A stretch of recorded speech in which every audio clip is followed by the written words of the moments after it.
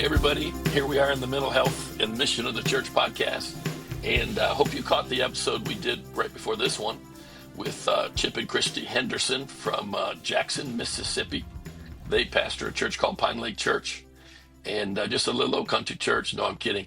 It's a really significant and large church, and I only say that to put in context who they are, and the kind of life they're living, and the responsibilities they carry.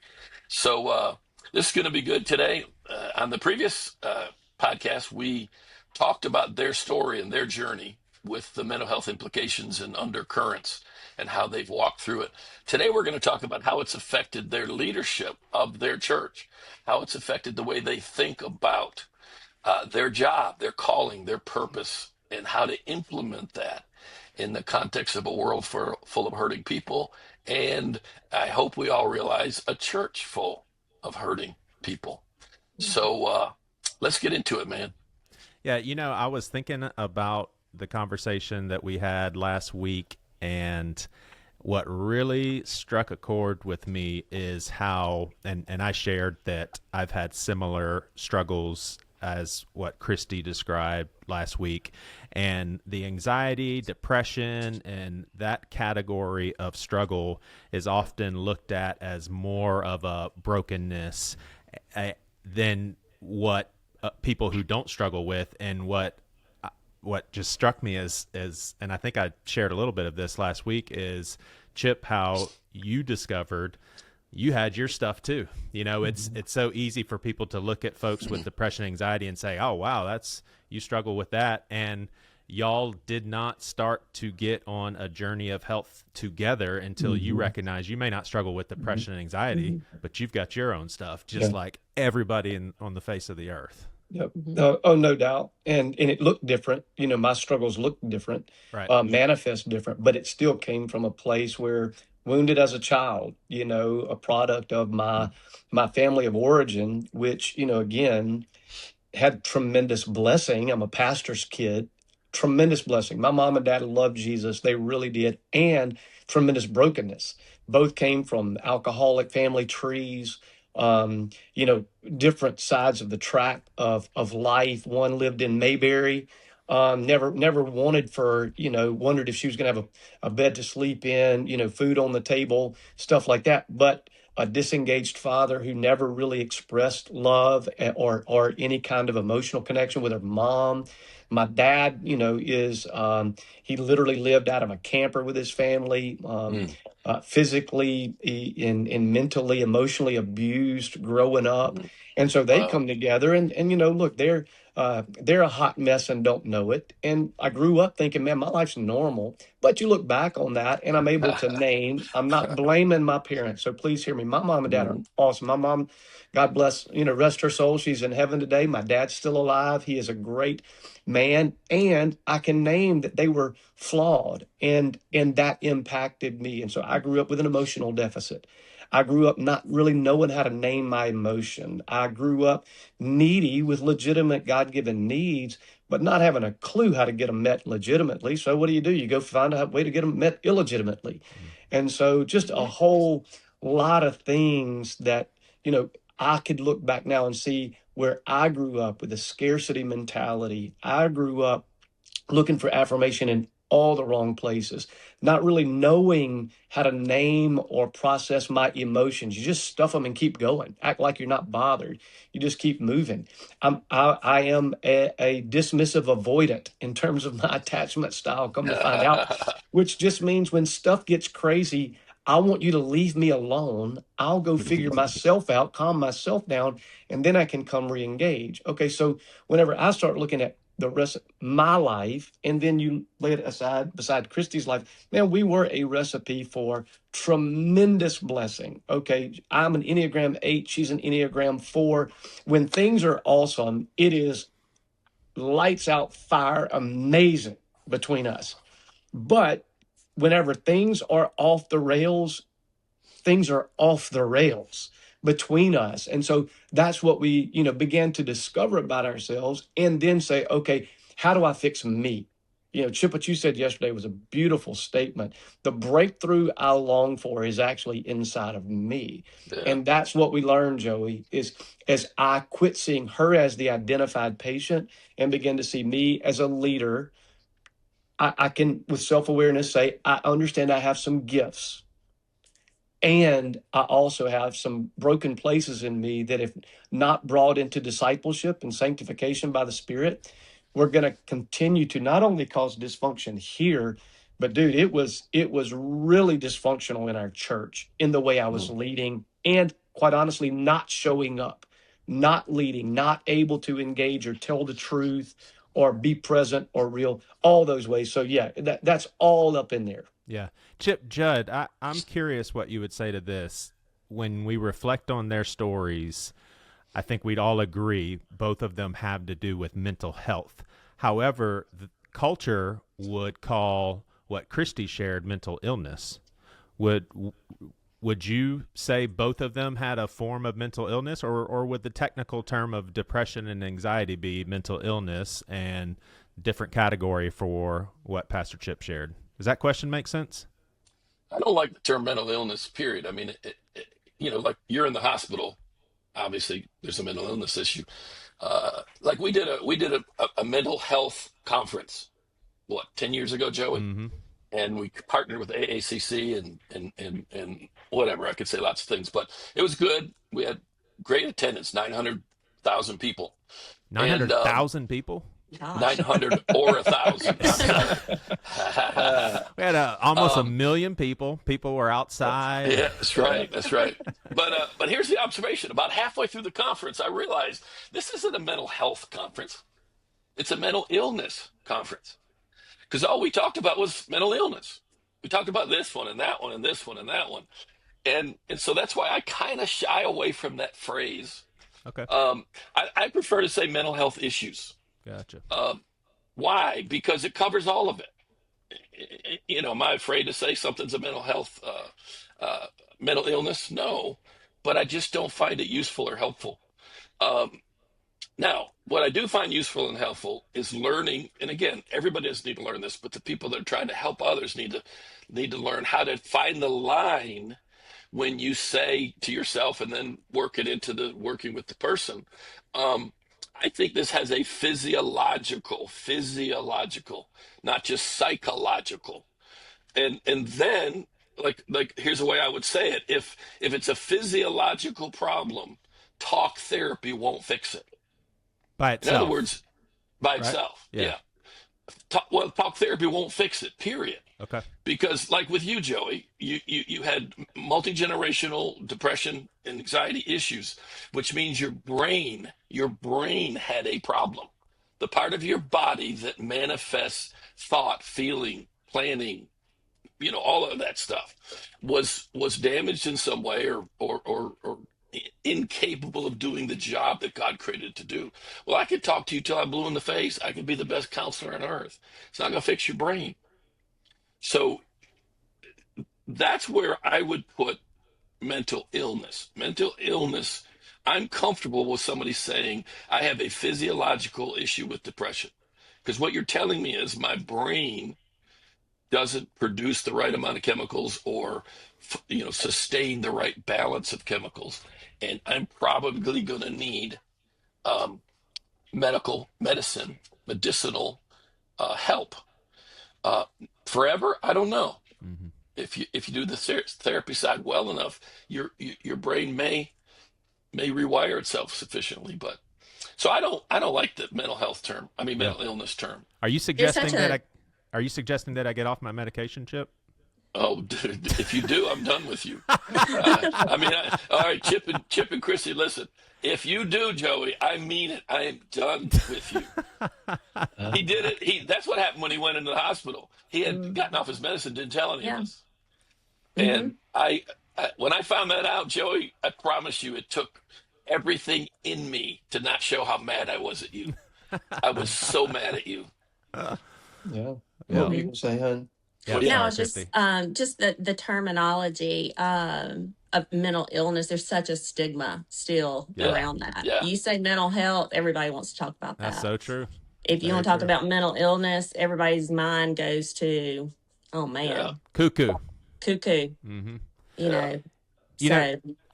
Chip and Christie, y'all shared last week that you articulated something along the lines of not wanting to launch any new campuses, I think, because you don't want to multiply dysfunction. And I'm curious, obviously, you're always going to have challenges in the sorts of things that you shared. I mean, it's just a journey. You're not ever going to be done with, at least I don't think so, just completely done with, some weaknesses. How do you guys know when you're ready to not multiply dysfunction? Like in y'all's minds, what are you processing as far as, I think it's time?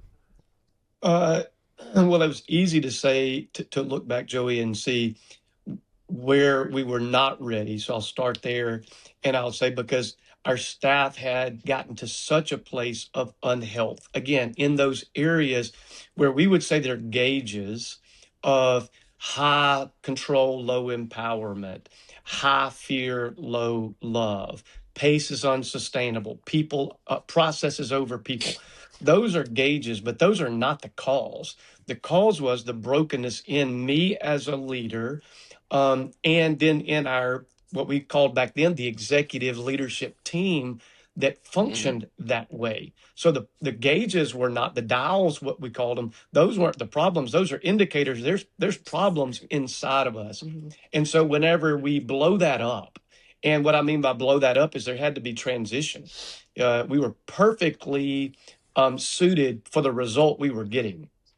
Okay. Yeah. But if you want a different result, then everything's got to change. And so we go from, if in sports terminology, we went from running, the wishbone offense, which you need certain personnel for that, to running the spread offense, which you need exact opposite personnel for. So flip that analogy. Either way, it doesn't matter. The point is we were perfectly suited for what we were doing. And it was very painful and difficult over time to see that there had to be, if people weren't willing to make the inner transformation, then there was no way they were going to stay with us in this journey. Now, the anchor of that was we were set. Now, there was no turning back on that. And so it just was a time of a lot of chaos, particularly at the highest levels of our church leadership, where people were asking for answers that I could not give. They were asking for clarity that I could not give. Again, in a high control, low empowerment environment, everybody in the organization underneath me and those immediately next to me, they were waiting on orders. And they would go carry out those orders, sometimes in spite of what they felt inside. And in spite of what it was going to do to the people they were going to carry out the orders on. And so whenever you take away that control and me just telling you, Joey, go do this, don't ask a question and don't screw it up. Okay. When you take away that, now people are looking at you going, hey, what do we do? And I'm like, I don't know. I don't know what to tell you to do, but we're changing the way we're going to live and lead now. And so for, 12 to 18 months, I really couldn't even tell you what that looked like, but I just knew it needed a lot of repentance, a lot of awareness where people willing to look at themselves and say, okay, I'm broken. And so it was just a mess. It was a mess. Yeah. My guess. Hold on, Joey, let me ask a question. So either / both of you, like where did it show up? Did it show up in your preaching? Did it show up in the way you ran meetings? Did it show up in how many meetings you had? Did it show up in literature, staff, what do you call it? Structure, orientation, whatever you call it. The dysfunction or the healing? The healing, really. What I mean is like, other than you getting up and saying to your staff, blah, blah, blah, this has changed and it's going to be different. Where did it show up? Yeah, how did it affect your day-to-day, week-to-week operations? Right. So immediately, Chip, I would say, and then I'll come to Christie because she'll probably have some stuff to add in here too. But immediately, my preaching changed. I didn't realize my preaching was going to change, but my preaching changed. And Christie was telling me, hey, you are the message. The more you share your vulnerability, with vulnerability, the more the church is going to respond, which was totally opposite of what my whole life had been about. I thought Yeah. if you knew I was broken and weak, you would not like me, you would reject me, and come to find Right. out the opposite was true. So my preaching changed. Secondly, I would say I started going to meetings.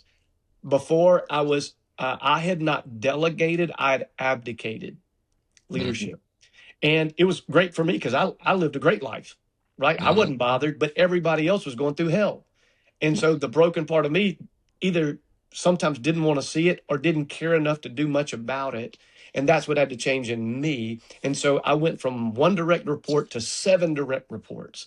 And I'm in every meeting. I'm going to every campus because I realized I did not know what was going on with my staff, with Right. our staff. And so I had to engage for a long period of time and still have made changes that exist today where I'm far more involved to keep my finger on the pulse of what's happening than I had gotten. And then thirdly, I would say organizationally, the structure had to change per our elders' demand.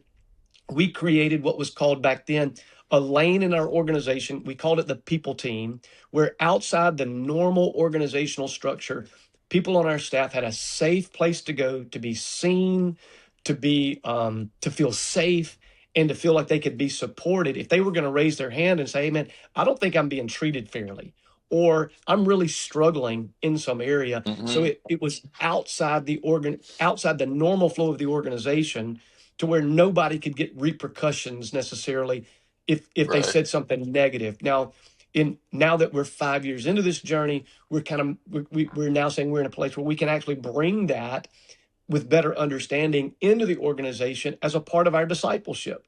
Because really, emotional health and a mental health part is part of the Spirit sanctifying you, body, soul, and spirit. And so it's Right. all a part of the sanctification discipleship process. So this is really where Christy entered into our staff. She had been really not only outside of staff, but excluded from staff in our old culture. And in the new movement, she was the tip of the spear, knew more about the journey than any of us.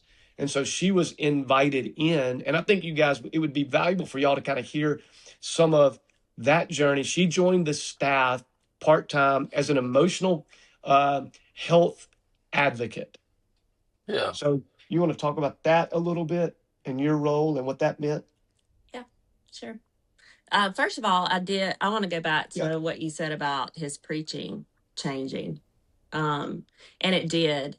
And I remember having those conversations with Chip about vulnerability and the power that it Yeah. has. And because I saw and felt, as sitting out in the congregation, the image that he had was of he's got all of his stuff together, there's no Mm-hmm. problems, and really just that facade, the protective facade that he had, and the shame that people carry Mm-hmm. when they come in, they hear a preacher preaching the amazing sermons who have the appearance of nothing is wrong, that he doesn't have any Mm-hmm. struggles.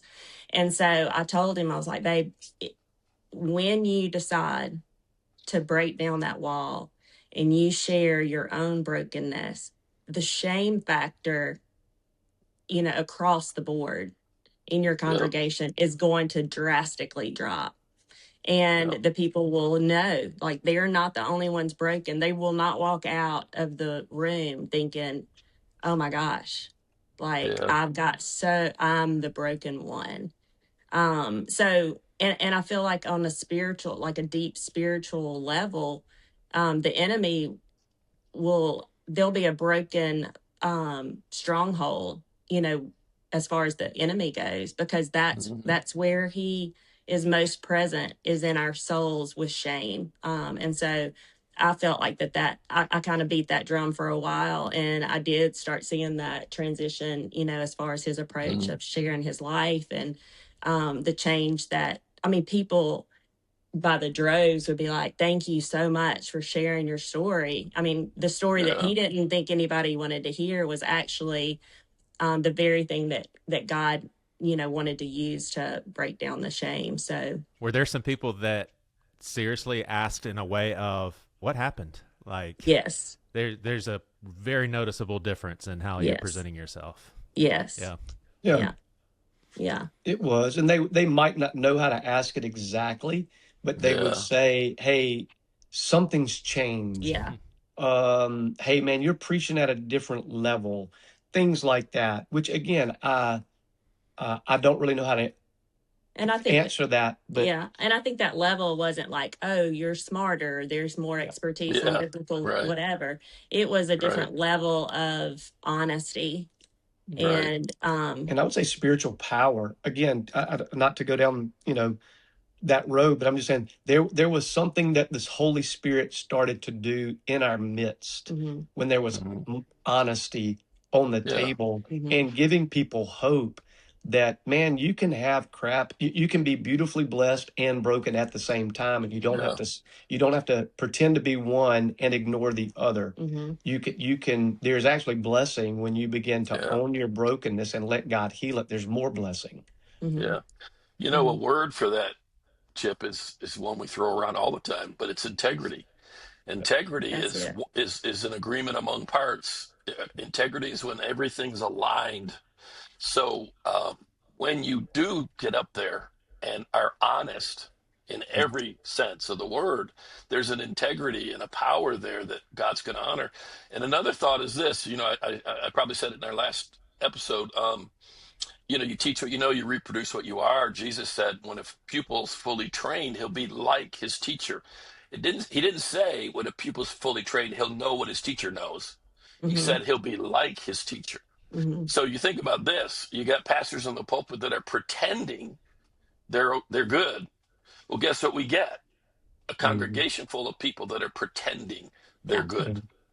And when you change that, when you start being real and vulnerable, you talk about the Holy Spirit's power showing up. Mhm. What I said earlier, what do you got to bring? Two things: hunger and truthfulness. Well, Mhm. when you start being hungry and truthful, guess what? It breaks out in your congregation, and Mhm. you, there's nowhere better for the Holy Ghost to operate than in a place where they're hungry and truthful. Mhm. Mhm. I mean, dude, it's gonna be Yeah. like popcorn, man. Like, Yeah. Yeah, Well, well, and I think how about this? Therefore, like this is what came to mind, Chip, when you shared that there was more power in your preaching. Therefore, I will boast all the more gladly of my weaknesses, yeah, Mhm. so yeah, that the power of Christ may rest upon yeah, me. That's it. no doubt. And I would say, while there was and has been some excitement in the congregation, and we've seen it, man, I think people that were wounded and hurt in years previous started honestly slowly trickling back yeah, to Mhm. church yeah, as I was able to own, hey man, I have really been a sucky leader. I've got my own struggles, things like that. And so we've seen that, but I would say that the response and receptiveness of the staff, our staff as a whole, was a little slower. It was probably a little bit uh, faster at some of the lower levels, if I can say it that way, of our organizational structure. In other words, Mhm. those people who've been wounded by my failed leadership, and who were willing to raise their hand and say, "Hey, man, thank God I was hurt." Man, we were able to step in, and Christy and what was the people team, now the care and recovery team, were able to really help them. But the further up the organizational structure Mhm. you went, the less people were early adapters of change. mhm, Okay, so that was our reality, and so now we're 5 years in. It's hard to believe it's been 5 years, but this year is 5 years in, mhm, and I feel like we have now come to a place. So your question initially, Joey, was how do you know whenever you're ready to start multiplying? It's when at the highest levels of leadership, so at the elder level, at mhm, the senior leadership level, the campus pastors lead team, whenever they're beginning to model this health, not perfection, that's not it, but whenever we're beginning to live that, model that, demonstrate that as a part of discipleship, now that's something worth multiplying. Hmm. yeah, Yeah. Yeah. And so that's what I'm yeah, saying. I'm not saying we're going to start launching campuses tomorrow. I'm just saying we're finally in a place where I think we're yeah, finding this new um, reality for us. And this is so we're not trying to build a brand, we're trying to be a church. in the Yeah. best sense of that term, and in the Yeah. worst sense of the build a brand term. I don't mean that. That's a shadow mission. I didn't start off to build a brand. We just kind of drifted there out of our Right. brokenness, but there had to be a correction. And I thank God for his grace to let that happen in Yeah. us first, and then with our church leadership. I thank God for that. But now that we're down this road, we want to learn what that looks like to let the Yeah. Lord disciple us to Jesus, not to Yeah. culture, not to what people want, not to what my family grew me up to be, not to my denomination, Come but on. to Jesus. Yeah. Yeah. All right. I took us on a I little was deep. thinking, Oh, sorry. excuse me, Joey. I was thinking, Chip, when you were talking, and Chris, I definitely want to hear what you were trying to say earlier. But um, Chip, you were saying you started. I was thinking something, and I was getting ready to ask you a question, and you already went there. I would have bet money that the people that had the hardest time dealing with the changes were your ambitious leaders at the higher levels, like guys who were on a pastor track in their head or heart, or maybe really, because they read the same books you did. They went to the same seminars. They went to the same conferences. They drank the same Kool-Aid. In other words, they were playing the game by the rules everybody out there's playing by, and you were changing the game. You were Yeah, changing the yeah, rules. You were changing the metrics, how we measure yeah, success, how we, So I would have bet money that the people that had the hardest time dealing with the changes were the ones that were trying to learn how to do what you did. I want to yeah, learn how you built this church, man. And yeah, then all of a sudden you start talking about all this soft, like whatever, and they're like, "Whoa, yeah, dude, I want to learn how to shuck the corn and get this yeah. done." No doubt, and so I'd say two things about it. One, on the practical side, yes, the stereotype then became. I mean, what are we going to do? Are we just going to sit around coffee shops and drink tea all Yeah, day and yeah, sing kumbaya? Because they didn't yeah. understand, hey, to unplug and to slow down and to have slowed down spirituality, to lead out of our marriage, to lead out of a rhythm of rest, Come on, man. foreign language. They didn't sign up for that. Man, they're therefore pedal to the metal, man, more people, more. And so from a practical standpoint, you're right. And quite honestly, Chip, the pendulum swung in some ways too far back that way, to where Sure. for a season of time we were hesitant to even confront anybody about anything. Okay. So Yeah, in this 5-year period, we've kind of come back to that middle ground where we want to have holy ambition and see God do amazing things, but from a place of health and where he's leading, not absolutely, us. From a absolutely. theological standpoint, I would say reading Mark 15 today, it was the religious leadership who was in control of, they were gatekeepers of who got through and what we did. They were the ones who inadvertently shut Jesus out. Yeah, And that's crazy to think about, but I'm just saying that's possible in church. yeah, That if you are the person in power, in control, you're the gatekeeper, inadvertently thinking you're doing good, it's possible to shut Jesus out. And that is yeah, honest to say, God can still bless. He can still do amazing things. And you can be yeah. shutting God out at the Right, same time, not knowing it, because things on the outside are up and to the right. More people, more money, more budgets, right, more right, right, campuses. So y'all get that. right. Yeah. Christy, more about your role Oh infiltrating the wow. staff. Yeah, yeah. Obviously was just kind of a never expected. I've been knowing that the Lord would use my journey for a greater good.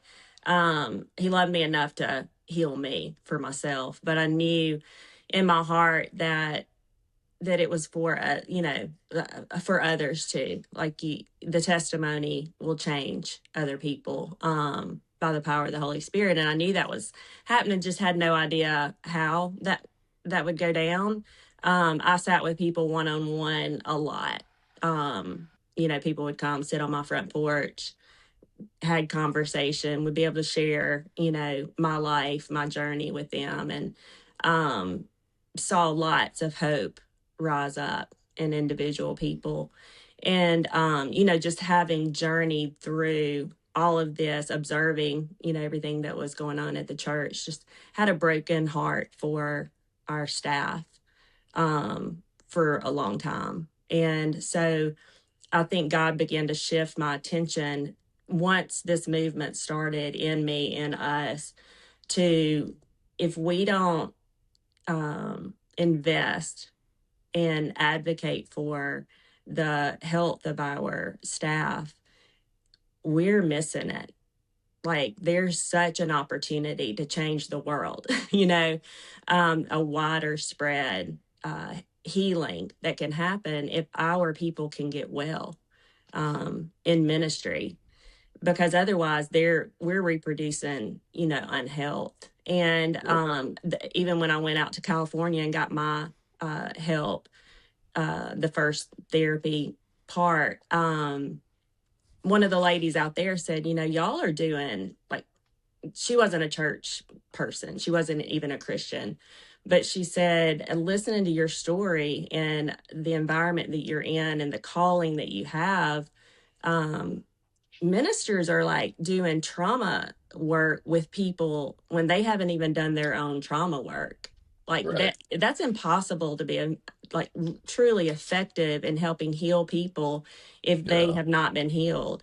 And so that has always stuck with me. And it was like, that was one thing that I brought back from that initial intensive time of healing, was this: our people are dying on the Mhm. vine, and they're trying to help other people live. And it just wasn't, I mean, it hasn't been working. And long term, if we don't do something to advocate for them, to speak up, to make this, a possibility, or like at least put it in front of them, then we'd be missing it. So that was, that's a long way around to the place where I found myself sitting on my porch again with some of our leadership.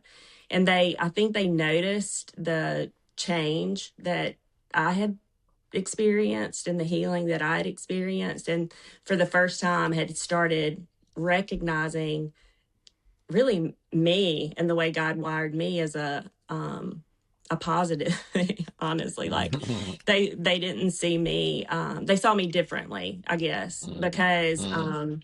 I was invited to come in and have a part of that movement of, like, you see people, you've been seen, and now you see people. And so would you come in and help create that space that people can Mhm. come to and sit with you and say, this is where I'm hurting, Mhm. and ask the questions, like the soul level questions, for people who are potential hires, like questions that had not been asked, like, what are your dreams, like, tell me about, your Mhm. family, like, what is God, speaking to you about, just all of these things that are a deeper soul level conversation. And to get to know and to see people better, even before they enter into our context of ministry. So that was kind of the invitation in. And like I said, I wasn't looking for any kind of job or anything like that, but I do feel like God had prepared me for this, through the in the hardest way, to be able to identify with people on staff in church, in ministry. And so this was kind of my opportunity to step in. And I said, my yes was on the table before you guys ever sat down with me, for whatever that looks like. And Mhm. I didn't know what I was signing on for. And it has been quite the fight, through the last 5 years. But I know that where I'm sitting right now, it's been worth that fight because of the progress that we really have seen, and the awareness that has come to so many souls on our staff. So it's a blessing. I mean, it is truly an honor to be able to use what the enemy meant for evil. God Yeah. is redeeming all of that. And so I Excuse me. mean, yeah, I identify with that passage for sure. Yeah. So. So Talk about the fight for a minute. What do you mean by that? It was a fight. Well, it's a lot, like Chip said, whenever you're advocating for something that is foreign to so What would many be some people. examples? Like, what are some examples of what you were specific things where you were getting pushback? Yeah, I think just even in let me think. That's a good question before I start running my mouth. I can give you one, and you can think of some others. Whenever Christy would say to people, "Hey, at the lead team level, at the highest level, hey, are you guys engaging your story, or can we talk about emotion?" This is, man, it's like you're talking a foreign language, and so the skepticism, of the highest levels for a long time was just a fight, and for us to say, "Hey, we're going to see people."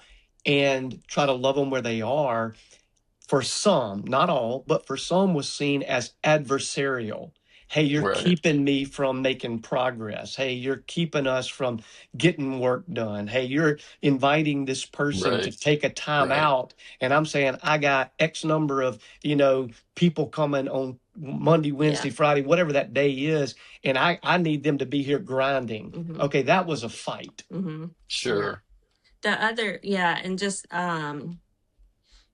that's true. All of that is so true. And then just to have one of the things I'm trying, like my mind, I just want to go the right direction here.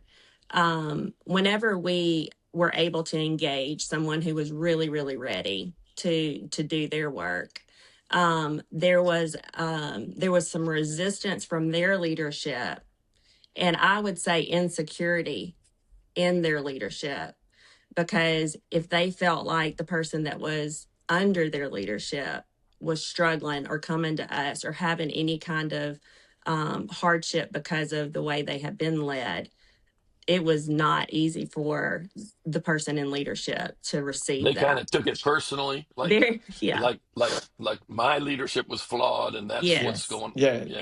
And that yeah, so it showed up as defensiveness, but it Right. but I know it's insecurity.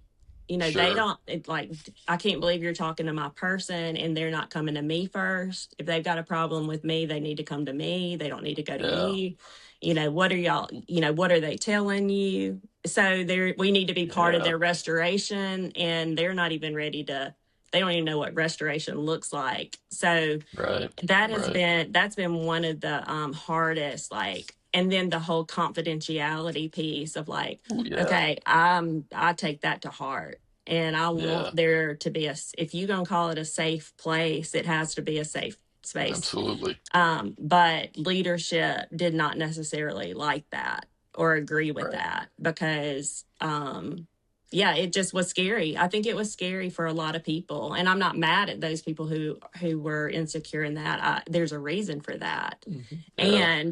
And it was the fight. It was part of the fight Yeah.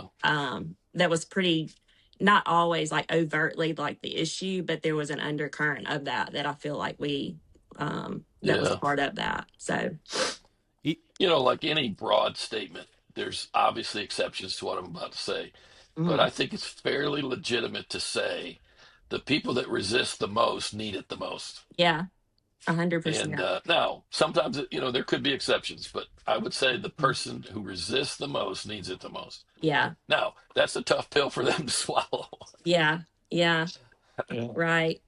It is. And I think shame keeps them shut up like that, and like Yeah, to yeah, resist, like to push back. That's not, yeah, I don't think that's just a school of thought. I think that's shame, yeah, that's speaking. Yeah, and I would yeah, say, Chip, we made so many mistakes, if I can say it that way. We just didn't know what we were doing. And so it was just, the word we would use is wonky.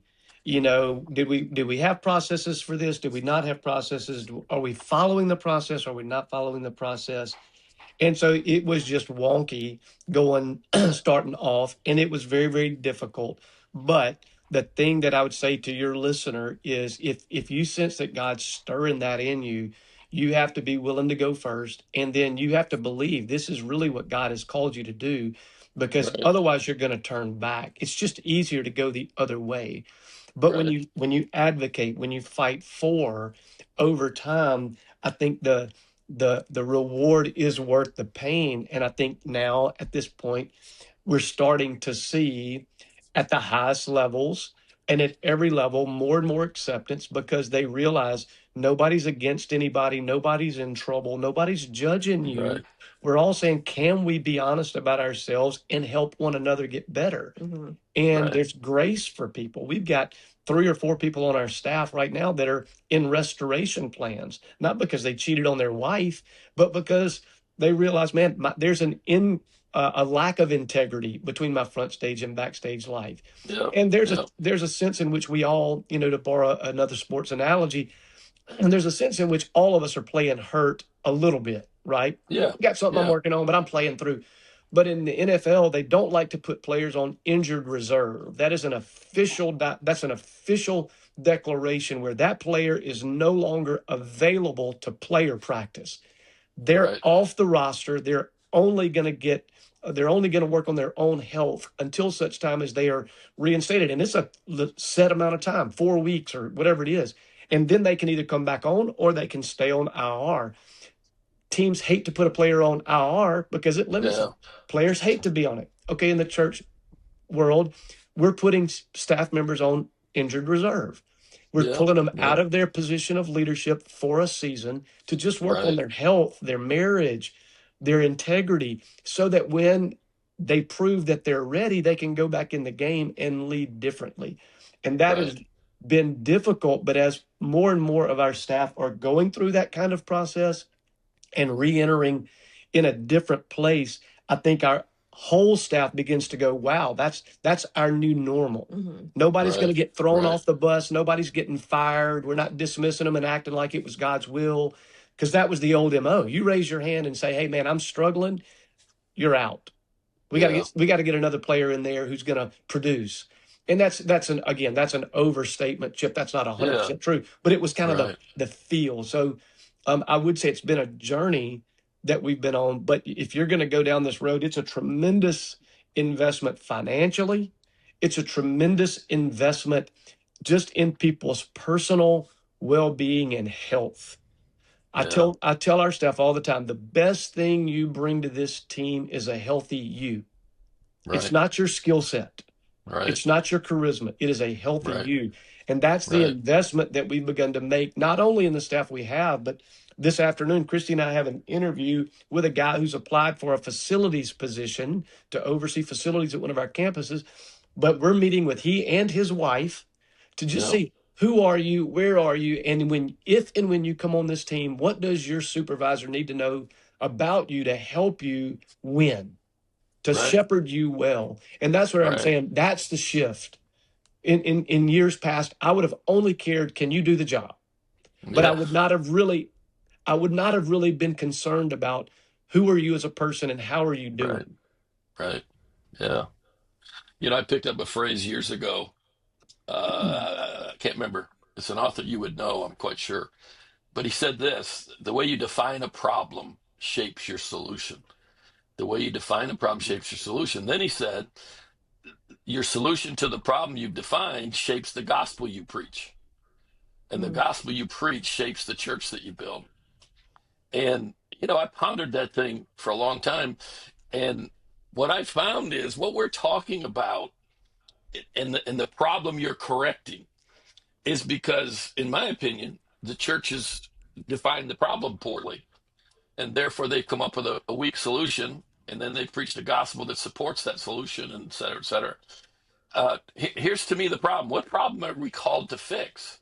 It's Genesis 3:10. And Christy, both of you, but Christy, you in particular, have referred to it often. Genesis 3:10 is where God comes to Adam and Eve after the fall, immediately after the fall. And basically, they're hiding. And he says, where are you? And their answer, Genesis 3:10, in my opinion, is one of the most important verses in the whole Bible. I was afraid because I was naked, so I hid. What is that? Fear, shame, and isolation. Fear, shame, and isolation. Fear, shame, and hiding. And what Jesus came to do, that's Genesis 3:10. 10 verses earlier, you guys made reference to it in the last episode. 10 verses earlier, Genesis 2:25. They were both naked and felt what? No. Zero shame. Zero. I believe the purpose of the gospel, the problem the gospel solves, is moving us from Genesis 3:10 back to 2:25.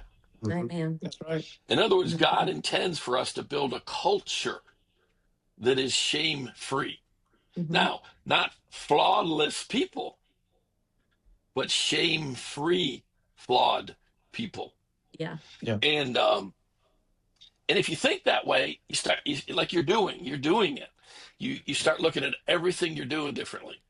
Mm-hmm. Because like performance-driven cultures, you might as well put a sign on the front of your church, shame-filled environment.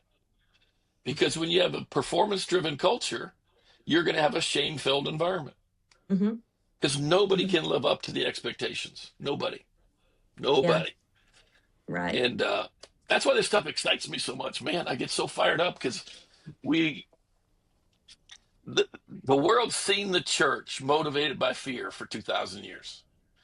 What would it look like motivated by love? Yeah. Shame-free, shameless cultures, pockets, outposts of love, Mm-hmm. and the absence of fear, shame, and isolation. Mm-hmm. Jesus help us. Oh my gosh. Amen. Let's go. Preach it. Come on. Come on. Hey, even pastors who and ministry workers at y'all's church who have worked through the trauma, is there a conversation happening with your staff members as far as when pastoral counseling reaches its limitations and there's a professional in need? And if so, do y'all have a game plan as far as professional therapists that you have contacts with that you refer people to? Mm-hmm. Yeah. Yeah, like when you put I would say, somebody on IR. yeah. Yeah. So, you can't really require somebody necessarily to go to do anything, but you can certainly give opportunity. And so, if you were looking kind of in the continuum or, whatever, if a person's, hey, I need help, maybe what they really need is just to talk to a friend. Maybe what they need is a group or maybe even a support group, maybe even a recovery group. Maybe what they need is to go see a counselor. Maybe what they need is more than that. Maybe what they need is some intensive outpatient type stuff, or maybe they need intensive inpatient type stuff. And so if you just look at that progression, part of what Christie's team does is when a person comes, they sit with them and hear them. And in our context right now, we're not doing counseling. What we're doing is we're being friends. We're hearing people, receiving Right. people Right. as another believer who can be an empathetic witness and then say, hey, here's some opportunities that maybe you would consider. And so they are discerning what their next step would be. When a team player, when a staff member is at a place where their wife says to them, I want a divorce because your front stage and backstage life don't match up. Okay, well, that's different. Now we can say to them, okay, look, here's the deal. We're not throwing you out. We want to give you help if you want it, but here's what help could look like. And then they have to opt in or opt out. And so our commitment is as long as a staff member is willing to work, we're willing to work with them. But if they say, I'm not doing that, then that's okay. You're going to have to go do that without the church staff position. Okay, so that sounds kind of harsh, but I'm just saying we'll walk with you. And so we walked with guys and are walking through with guys and girls through a lot of different places of breakdown. Could be just simple immaturity, not willing to accept responsibility, or not seeing your spouse, not being present with your spouse. Just a lot of different brokenness, all the way to addiction. If they're willing to say, help me, Chip, your word, hey, I want to be helped and I'm willing to be honest in the journey, we have walked with and are walking with staff members to help them. We want to be a place to help the hurting. Right. To this point, people typically opt out before we get to that place of saying, hey, we got to pull you aside here. They typically opt out in one way or the other. Mm. Like opt out of their position and leave I'm their staff? saying yes, they would resign or be terminated because of just the interaction and response. Mm-hmm. So are you saying, just to put a arbitrary number to it, are you saying that more than 51% opt out? No, I'm not saying that. I'm saying that's actually been rare. I'm saying Okay. it's actually more, it's been our experience that Right. more guys and girls have actually come to the table to Christie's team or to their Right. supervisor to say, hey, we're struggling. And they're Right. expecting to get fired. And we Right. say to them, do you want to get well? Right. And if they say, yes, I want to get well, are you willing to do the work? Yes, I want to do the work. Okay. Are you open to us suggesting some things that might be helpful? Yes, I am. I'm willing to submit to a restoration process that Right. we have written out. We'll work with that. And I'm saying to you, Right. more people have done that. I Right. can only Okay. think of one specifically, maybe two in 5 years, where I know they were either dismissed or of their own volition said, I'm out. Right. Mhm. Right. Yeah. Do you have some counselors in the area that you've built relationship with? Yeah, yeah, we do. We've got a great guy that's on my team that he's actually in a professional counselor and therapist, and so he has a private practice on the side, but he also Sure. has lots and lots of folks that he's connected to. Got a great network of Right. not in Right. like locally, but also regionally and other Right. Nationally. And stuff. that's part of his job description, Chip, is to develop and maintain a network of resources for us, both Right. locally and Right. nationally at Right. all those levels. So if it's a therapist for counseling, or if it's IOP, or if it's Yeah. something more than that, his job is actually to cultivate that network and then Yeah. help us to know where people might could find some help. Yeah. Chip, does Yeah. I account? Oh, I'm found sorry. that's all right. I found that a lot of churches they'll have a referral list, but the problem with that is they don't know anybody. They just almost like they went through the well, I used to say the yellow pages, but Yeah, they Googled it and yeah, they just made a list of all the so-called Christian counselors in the area. yeah, Well, dude, forgive me, but half of them are going to be people you don't want to send people yeah, to. Yeah, yeah, So what I encourage and what we did at Seacoast is we reached out to certain practices and we said, come on over, we want to have lunch with you. yeah. And we got to know them. Hmm. So we have a relationship with, not a referral list. yeah, Right. And obviously it's a shorter list, Hmm. yeah. but it works a whole lot better. Yeah, Hmm. yeah, Hmm. and I think that's kind of the same with us, Yeah, it Chip. sounds like it. Yeah. There are a lot of people that can, and they can do some things, but whenever you know people's specialty, kind of the way that they Yeah, do counseling, the types of therapies they offer, yeah, that helps you to know to make, I think for your team, wouldn't you say, make a better referral? Yeah, for sure. sure. Hmm. Yeah. Yeah. Yeah. How does Mhm. accountability look differently for you, Chip? Yeah, I think for a long time, Joey, I would say I was not only not naked and unashamed, I was hidden and, well protected. One of the things that changed for me after I came back from my first intensive, where I had to take a deep look at myself, was I got four guys in a room and told them my whole story. An elder and three staff members that that now that they know me, and so that's what accountability looks like. I still meet with the elder every other week. I share my life with him, my struggles with him. I'm way more open, even with not just the church on Sundays, but with our elder group. I give them a report every month of, hey man, here's where I'm at. And it doesn't mean I'm vomiting my dirty crap every month, but I'm celebrating the good things that are going. But if we're in a season of struggle, man, I'm honest with them about that. Hey man, y'all pray for us. It feels like we're under attack, or I'm struggling with this or that. But they're just people that know me now, Joey, that I did not have in the past. And I would say, just this woman right here, I was not known by her. And I think I have made progress in being known by her and being able to share with her.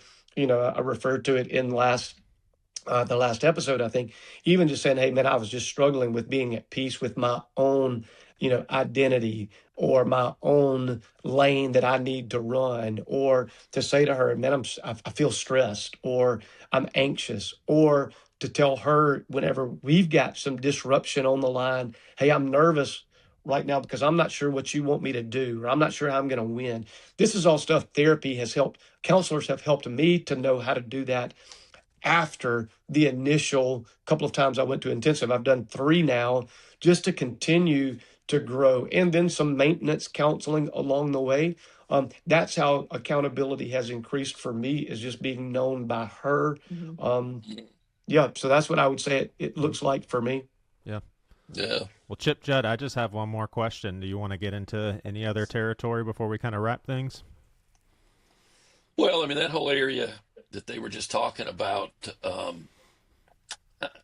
I've gotten where I'm not real fond of the term accountability, but I would call it mask off community, where Yeah, yeah, you go from Genesis 3:10 to yeah, 225 yeah. I with a agree, Chip. small group of people.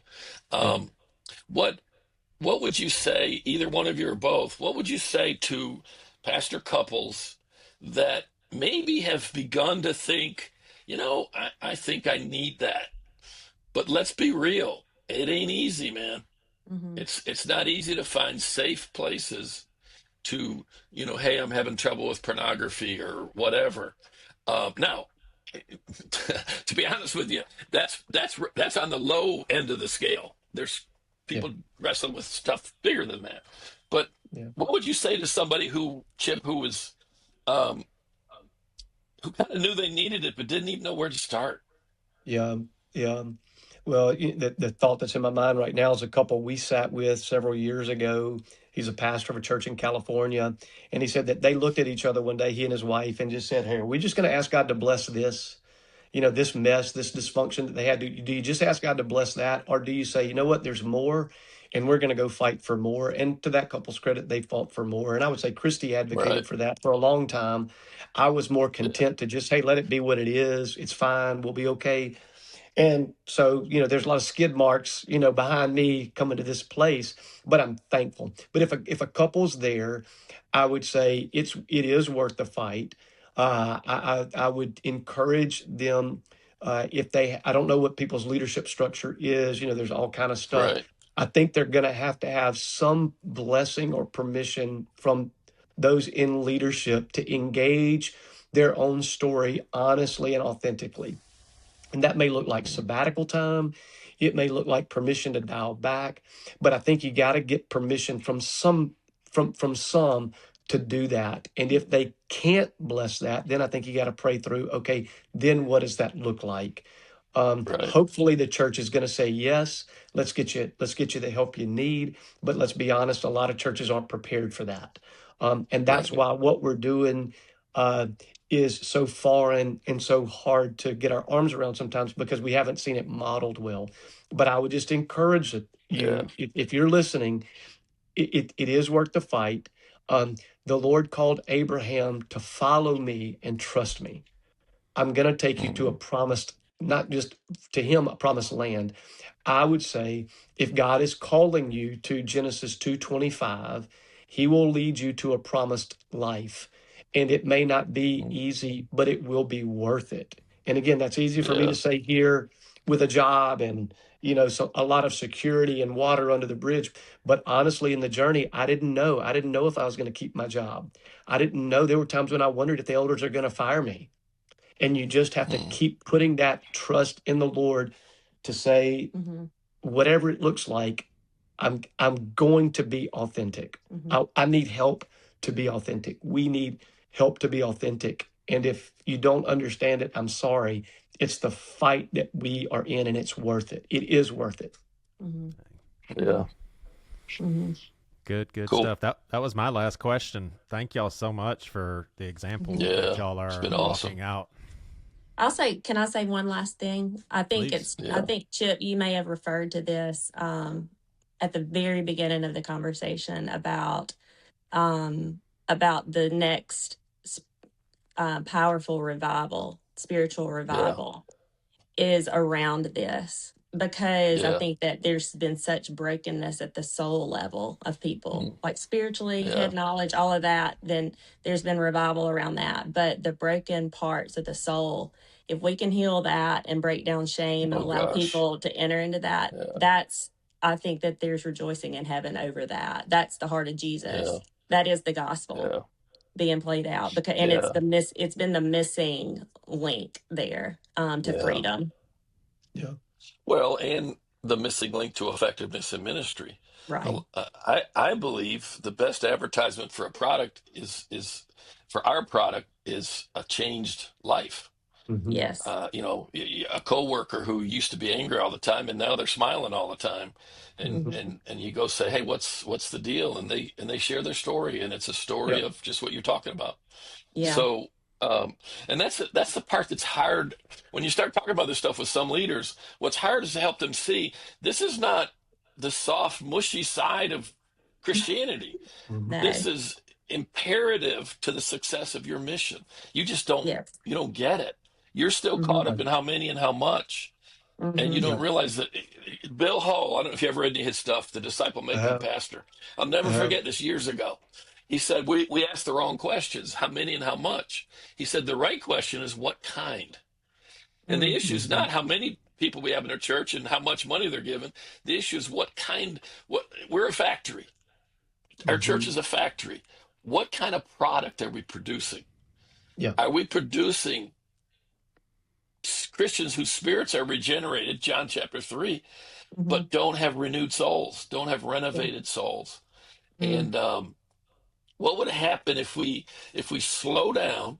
Slow is fast, less is more, deep is wide, all those prophetically important thoughts right now, and we start producing deeply changed Christians, and we stop talking about, oh, Jesus is coming back any second. Shut up, man.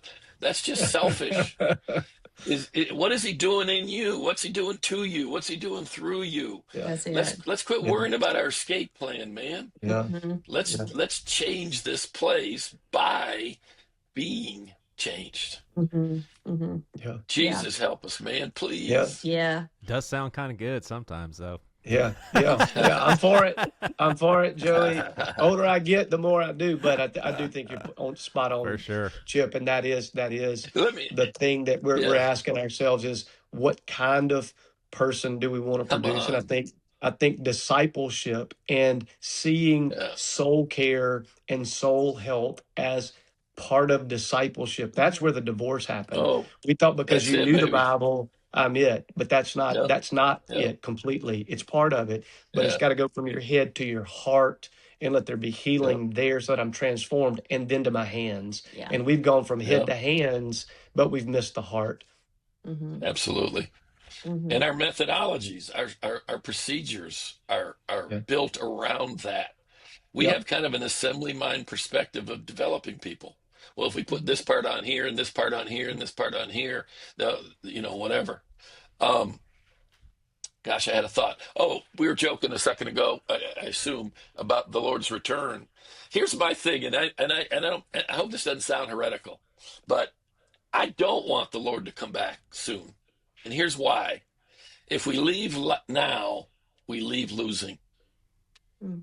I want the world to see an accurate depiction of the character and power of Jesus. Mm-hmm. I don't want to leave, and for the rest of eternity, we can't look Jesus in the eye because we suck.